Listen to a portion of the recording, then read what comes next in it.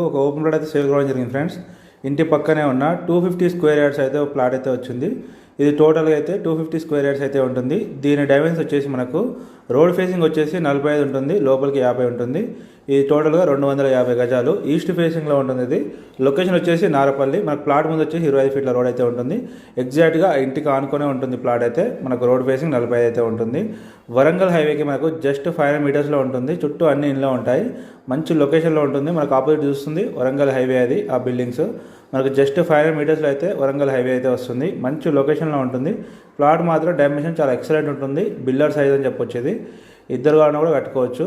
మనకు 2.5 అయితే వస్తుంది. 125 స్క్వేర్ యార్డ్స్. ఆ ఇంటి పక్కనే ఉంటుంది ఆనుకొని.